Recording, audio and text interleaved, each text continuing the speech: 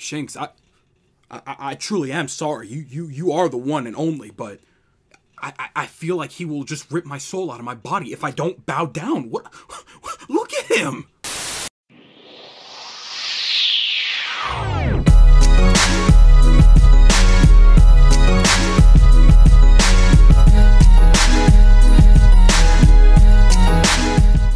Alright, what's good y'all? Soul here, and welcome back to my story mode.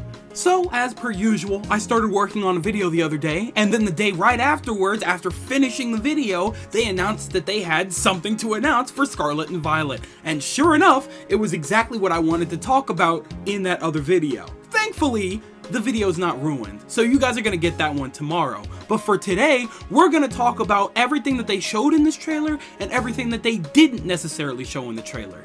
Overall, it seems as if this trailer was mostly made to introduce us to the three branching storylines. We haven't gone in depth about it just yet, but they did introduce it to us. So, with that, we're going to talk about everything that they showed regarding all of the storylines and anything else, and then we're going to go and talk about the things that they put outside the trailer. You know, the kind of more hidden information. So, without further ado, let's go ahead and dive right into this new trailer for Pokemon Scarlet and Pokemon Violet. Right from the get-go at the beginning of the trailer, we're shown three new mysterious Pokemon. Two of them I'll talk about in the unsaid portion. After a short and quick discussion with Nimona about the challenge, we get our first glimpse at the map for the Paldea region. It looks big, it looks vast, and that magnifying glass is one of the ugliest things I have ever seen. Whoever thought it was a good idea to put Rotom eyes on this thing should be smacked, fired, hired, smacked again, then fired again, because this is going to be awful to look at.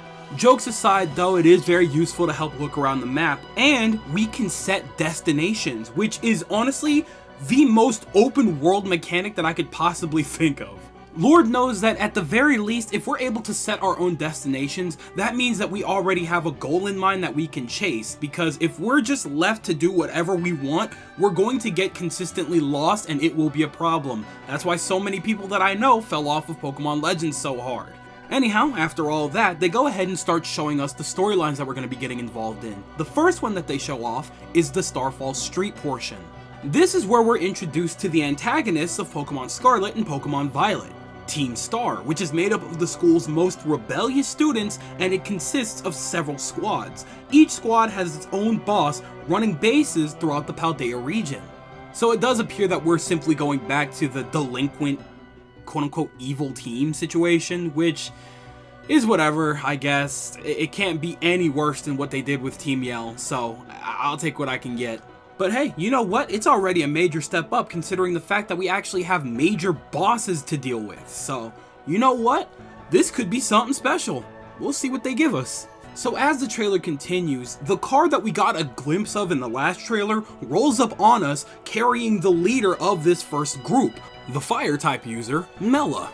She looks absolutely insane, like she's had a bad day for a week straight and is about to take it out on you. And I'm ready to rumble, you know what I'm saying? Anyhow, like the absolute pimp that she is, she throws her Torkoal out on the car, and we battle it, which is pretty damn awesome if I do say so myself. In the next video, I did ask for unorthodox scenarios, and this right here is one of the most unorthodox scenarios that I could possibly think of, so I'm rocking with it. Team Star has a decent amount of potential, and I'm really excited to see what they bring to the table. Next along, they give us a small glimpse at the next storyline, the Path of Legends. Here, we meet our upperclassman Arvin, who is determined to nab the Herba Mystica. Now, that was really confusing when I first read it, so I actually had to go to the website to get a little more information here. And apparently, Arvin is really into researching healthy recipes for Pokemon, which led him to find this Herba Mystica, which is an extremely rare herb that can only be found in Paldea. These herbs, for whatever reason, are guarded by something called Titan Pokemon, which are just bigger and stronger than ordinary Pokemon, which kind of sounds a lot like Alpha Pokemon, but whatever, we can rock with Titan Pokemon, that sounds cooler anyway. Arvin is not good at Pokemon battling, so he asks you for help to go around the Paldea region to gather the Herba Mystica. Not exactly sure how I feel about going on this grand scale adventure around the region to get Pokemon food, but you know what? The more the merrier. It's something interesting, and I will fight, because Titan Pokemon look kinda crazy. The new Pokemon that we're introduced to as a Titan Pokemon is Cloth, a really big crab Pokemon. This one in particular, though, is enormous, which must be the one guarding the Herba Mystica. Now, I have a lot of mixed feelings regarding this part of the storyline here. I feel like it is probably going to end up being the weakest. However, feelings are subject to change. We still have a lot of time before this comes out, so we'll see what plays out with that one. And then they give us the final and most obvious story route, the Victory Road, which was also really confusing because I thought that Victory Road was back. No, the entire thing is just called Victory Road. It's not the gym challenge. It's Victory Road. I'm saying this for me, not for you. Here is where we meet Greta, the chairwoman of the Pokemon League that runs the gyms. Big boss woman in a suit? That's kinda baller. Although I really don't like the fact that I get villain vibes from her because we literally already have that. Like, we literally just had that in the last mainline generation. Evil chairman? Like, come on, don't do it again. Don't just gender bend it and call it a day. Come on, guys, you could do better than that. However, though, I am operating purely on assumption. I could be completely wrong. Long story short, love her design, can't wait to meet her. And then we're introduced to our first gym test, which is what I assume is the equivalent to the puzzles that we're used to before going into every final gym battle. It's very obvious that this test in particular is for the grass type gym, considering the fact that we are collecting Sunflora. But not too long after we're shown that, we do get introduced to the gym leader, Brassius, who makes me insanely uncomfortable specifically because Big Dog carries around a whip. As a black man, I would feel much better if you were to just put that thing away somewhere. You do not need a whip, big fella. Your Pokemon does the battling, not you. It's 2022, bro. We don't need those anymore. And in reality, that actually just about wraps it up for all of the main points within the trailer. Now, obviously, I did cheat a little bit because even for the trailer portion, there was just a lot of left out information that's simply on the website. Which is why we're now going to be talking about all the stuff that they really didn't mention in the trailer. Stuff that you would have to go out of your way to look for. So, let's talk about that now. First and foremost, the most obvious thing that stood out to me immediately when starting the trailer was the two new Pokemon that we saw at the beginning and at the end of the trailer. The first one that looks like he's come back for revenge for his long-lost brother is the Fire Ghost type Pokemon, Ceruledge. This Pokemon is one of the sickest things I have ever seen. Hear this description really quick. Ceruledge dons an old set of armor steeped in grudges and wields blades made of fire and ghost energy. In battle, these blades transform into great swords to increase Ceruledge's power. Cuts from these great swords leave wounds from which life energy will flow. Oh, you thought that was badass? I'm not finished.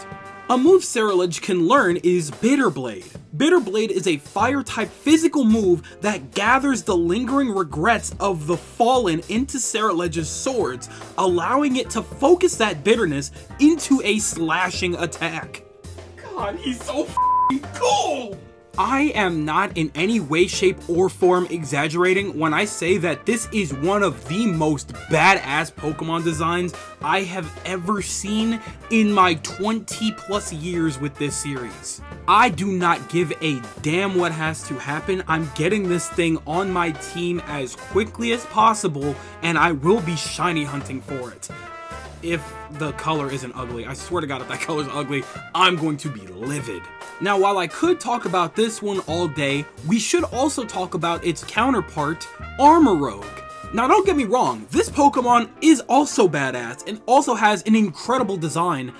I'm just not as crazy about guns as I am about swords. I'm a sword guy. I always have been. However, this is because this is a fire psychic type. Why don't we go ahead and read its description? Armorogue's set of armor belonged to a distinguished warrior and is the source of the energy used for its psychic type moves. It also uses psychic capabilities of this armor to control the fire energy within its body and unleash attacks. Armorogue's signature move is Armor Cannon. Armor Cannon is a fire-type special move in which Armorogue moves both its pauldrons to its hands and puts its arms together to form a cannon, allowing it to shoot its own armor out as blazing projectiles. So essentially, it's like Mega Man. Honestly, I think that's pretty rad. I'm actually really excited to use this because I am getting both versions, and these two Pokemon have to be on both teams. I don't care what has to happen to make that happen. Now, the final thing that was shown in the trailer but wasn't exactly described is actually a new mechanic called auto battles. And based on the description that I'm looking at here, things are about to get absolutely insane as far as training goes. I'm so excited for this mechanic, it's not even funny. Let me read you this description. Auto battles are a new way of battling that can be activated by using the quote-unquote "let's go" feature. Doing so will send out a Pokemon to battle wild Pokemon without needing orders from its trainer. Your Pokemon can be sent into auto battle against any wild Pokemon that you see on the field, and it can even find Pokemon to engage in auto battles on its own. When your Pokemon is out and engaging in auto battles, you can do what you want, stay by its side to watch over it, or try looking for items nearby. Defeating wild Pokemon in auto battles, your Pokemon can also earn items and experience points. That could possibly save so much time in terms of training up new Pokemon on your team. It's not even funny. I'm so excited for this. And honestly, if this works how I think this works, this just overhauled my love for the mechanic in Pokemon Legends, because this could make things so much faster in terms of battling wild Pokemon.